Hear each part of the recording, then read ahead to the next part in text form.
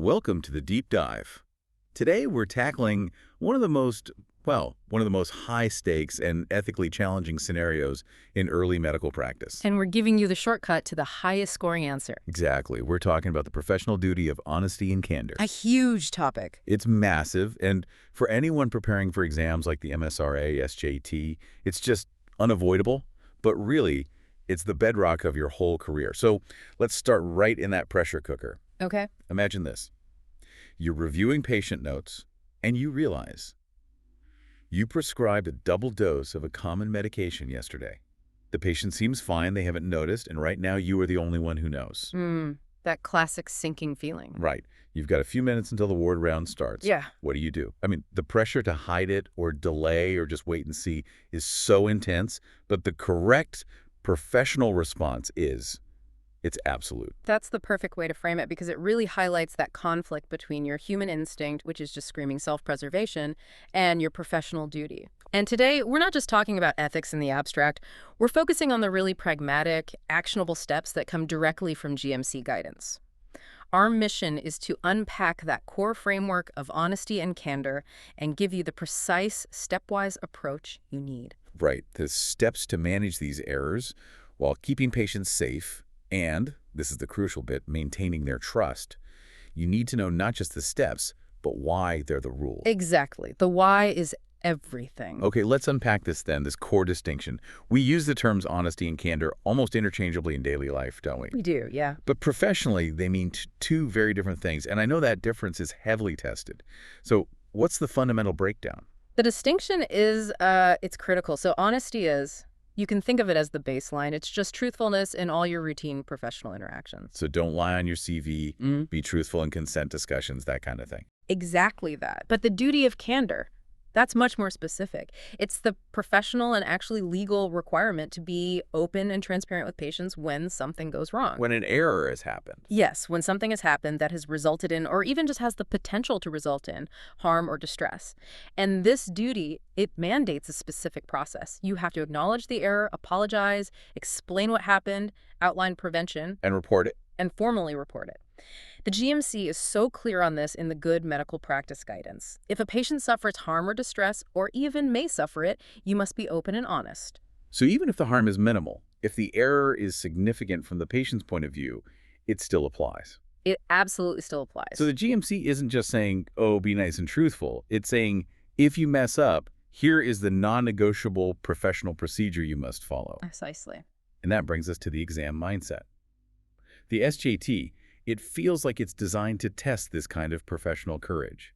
Why does waiting or delaying disclosure score so universally low? Because the entire medical profession, rests on trust.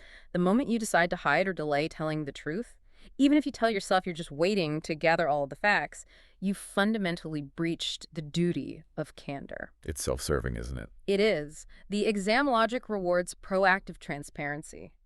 Owning the mistake early, involving your seniors quickly, and prioritizing the patient's clinical safety and their right to know, that will always score highest. I can see why gathering facts is so tempting. Yeah. A new doctor might think, if I go to the patient right now, I won't have the full picture and I'll just look incompetent. And that hesitation is the exact human instinct the exam is designed to filter out. The GMC logic says patient trust is a non-renewable resource. Every hour you delay disclosure means the patient is unaware of a potential risk. And the hospital is unaware of a safety failure. Right. Hiding the error, even for a short time, places your reputation above the patient's well-being and the wider safety system. So the highest score always goes to the action that protects the patient and the integrity of the profession first. That makes the why crystal clear. So let's get into the practical application. When that internal alarm goes off and you realize you've made a mistake, what is the mandatory, high-yield, stepwise approach we need to follow? Okay, so we use a simple structure that ensures safety always comes before the disclosure conversation. Makes sense. Step 1, safety first. Treat and make safe. Before you even worry about apologies or reporting, you must assess the immediate clinical consequences. Right. So if you've double-dosed a blood thinner, you immediately check their vital signs, you draw the necessary labs, and you get a senior colleague involved to mitigate that risk. Patient safety overrides everything else. including how uncomfortable that next conversation is going to be. Especially that. Okay, so safety is addressed. The patient is stable. What is the next critical action that really defines this duty of candor? Step 2. Prompt disclosure and a sincere apology. You have to acknowledge the issue clearly and apologize sincerely for the harm or the distress or even just the inconvenience caused. And this conversation, it has to happen as quickly as possible. What would you say? Is there a phrase you'd use? Something like, I am sincerely sorry this error occurred and for the distress this has caused you. Let's just pause right there because this is a huge area of anxiety for trainees, and the source material is very specific on this. When you apologize, you're fulfilling a professional duty. Yes. But you're not necessarily admitting legal fault. How do we explain that distinction clearly? Because it's a big deal. It is perhaps the most important detail here. In the UK, a professional apology under the duty of candor is not legally an admission of liability. You're apologizing for the error and the fact that it happened. Which is essential for trust. It's vital. Yeah. You are not apologizing for negligence or admitting fault that could be used against you in court. The professional apology focuses on the impact. So you could say something like, I am sorry that our system failed you, or I am sorry that this mistake occurred while you were in our care. Exactly. That maintains trust, it fulfills your GMC mandate, and it doesn't put the patient or the organization into immediate litigation jeopardy. The SJT specifically rewards actions that show professional empathy without making reckless legal statements. That distinction is so important. So we've apologized. What's the next phase of the conversation? Step 3. Explain an action plan. You explain clearly what happened, focusing only on the known facts. Avoid speculation. Stick to what you know for sure. Absolutely. Then you immediately transition into the concrete action plan. What follow-up tests are needed, any changes to their treatment, and what steps will be taken to investigate and prevent it from happening again. Right. Patients want to know 3 things. What happened? What does it mean for me? And what are you doing to fix it? And finally, the 2 critical organizational steps that have to follow the patient conversation. Yes. Step 4 is escalate and inform seniors. You immediately inform your senior colleagues, your registrar or consultant, to make sure patient safety is monitored and the incident is managed at an organizational level. You should never manage a significant error alone. Yeah, the last one. Step 5, record and report. You document every single discussion contemporaneously in the patient notes, what was said when, the action plan, and crucially, you must complete formal incident reporting. Okay, so we're talking about things like LFPSE. Exactly. LFPSE, that's Learning from Patient Safety Events, or PSIRF, the Patient Safety Incident Response Framework. This ensures that your error becomes a systemic safety lesson for the whole NHS. That's a key point. It's not just about you, it's about the system. Yeah. So let's use a quick memory hook to cement those 5 high-yield actions. Yeah, the OASIS mnemonic is great for this. It covers all the non-negotiables. OASIS. Okay, break it down. So O is for open disclosure, A is for apologize sincerely, S is for senior support, I is for inform next steps. And the last S? And the final S is for safeguard by documenting. That's your fastest way to lock in the high-scoring pathway. OASIS. I like that. So this is where we earn our money, right? We know the right path, but the exam is designed to test our resolve by making the wrong path look easy or tempting. We need to become decoy detectors. Yes. So let's look at the 2 most common high-pressure scenarios you're likely to encounter. The first one is the one we opened with, that delay versus disclosure pattern. You've made an error, but the patient is asymptomatic.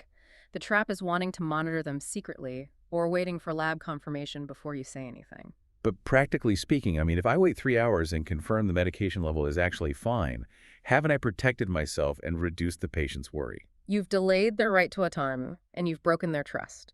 The moment you are aware of a significant error, the duty of candor applies. The SJT is testing whether you prioritize the patient's right to know now. So that trap answer, wait to see if the patient develops symptoms, that scores terribly. Miserably. Because it places clinical observation above professional integrity. You have to disclose promptly with what you know and just promise an update. The second scenario is even harder. The hierarchy versus duty conflict. This is when your senior colleague, maybe a busy consultant, suggests sweeping the error under the rug. A classic. They say, look, the lab report was late. Let's just tell the patient the test is still pending to avoid an administrative headache. What do you do then? This tests your professional courage. Your duty to the patient, as defined by the GMC, It overrides organizational comfort or even the direction of a senior. So the best action is, You have to be firm but professional. You apologize to the patient yourself, you outline the plan, and you politely explain to the senior that you have a professional duty to disclose. And if that senior still insists on concealment, you escalate. you have to escalate the issue further to a more senior clinician or the governance lead. Wow, that takes real courage, and I think that's why these scenarios are so tricky. How does the exam reward you for challenging hierarchy like that? It rewards your adherence to the GMC framework. The SJT understands the pressure, but it measures professionalism. Any action that avoids accountability, shifts blame, or hides information, I don't care who suggests it, is a breach of candor and safety. So you're rewarded for protecting the integrity of the profession, even when it's uncomfortable. That's it. Okay, let's nail down the absolutely fatal traps, the actions that will instantly put you in the bottom 1 or 2 scoring positions. Right. First, blaming others. Never, ever blame the lab, the pharmacy, or a nurse for your ordering error. That just erodes professionalism. What's next? Second, investigating secretly. You must involve seniors and report formally. Third, avoid telling the patient to protect a colleague. That's a huge breach of candor and trust.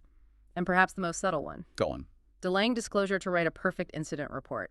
The patient conversation must happen promptly. The documentation follows. It doesn't proceed. So the golden rule is what? The golden rule remains. If an option involves hiding information, delaying the truth, or avoiding organizational escalation, it is professionally wrong and it's a score sink. Knowing this framework, it really helps you move forward with confidence. Before we close, let's just quickly address some of those, residual anxieties from the source material. What about near misses? Good question. If I almost double-dosed, but I caught it before the drug was given, do I still have to disclose that to the patient? Disclosure is required if it was a significant error that might impact patient trust or if a reasonable patient would want to know. If the safety system failed in a big way, transparency helps maintain that relationship. But what if it was just, say, an administrative check that caught it? Then you would prioritize formal reporting through LFPSE for systemic learning rather than an immediate conversation. The rule is, if patient safety may still be impacted or trust is relevant, you disclose. Okay. And should I wait until I have every single fact nailed down? I know we've covered this, but let's just reinforce it. No, absolutely not. Acknowledge the error early with what you know. Avoid speculation, but disclose promptly. You can promise an update later, but do not delay that initial conversation. And final check. If the harm was truly minimal, maybe a tiny bit of inconvenience, do I still need to file a formal LFPSE report? Yes. If there is any safety learning to be had, or a process failure, or harm even minimal formal reporting is required, that documentation is what feeds into the systemic learning and prevention frameworks like PSIRF. Right. Let's summarize the 3 key takeaways you need to carry forward, both into your professional life and into the exam. Okay. 1. Transparency beats self-protection every time. You have to disclose and apologize promptly, using that clear, non-legally liable language. Always involve seniors and escalate the risk immediately. You are part of a team, and patient safety depends on that organizational input. And 3. And 3. Document everything clearly, both the discussion in the notes and the system failure via formal incident reporting, like LFPSE. That framework really does provide the ethical backbone you need. And as we close this deep dive, consider this. The duty of candor isn't just an individual burden. It's the fundamental mechanism that drives safety in the NHS. Exactly. Every single time a doctor adheres to this duty and files a robust incident report through LFPSE, that action ensures that the lessons learned from one patient's error are encoded into the system. So you're transforming a moment of individual fallibility into a permanent safety improvement for every single patient who follows. And that really is the ultimate goal of professional integrity. So use that OASIS framework next time you face a high-pressure ethical decision. And remember that following the GMC standards is the route to both professional integrity and, of course, exam success. Thank you for joining us for this essential deep dive. Thanks for having me. We'll see you next time.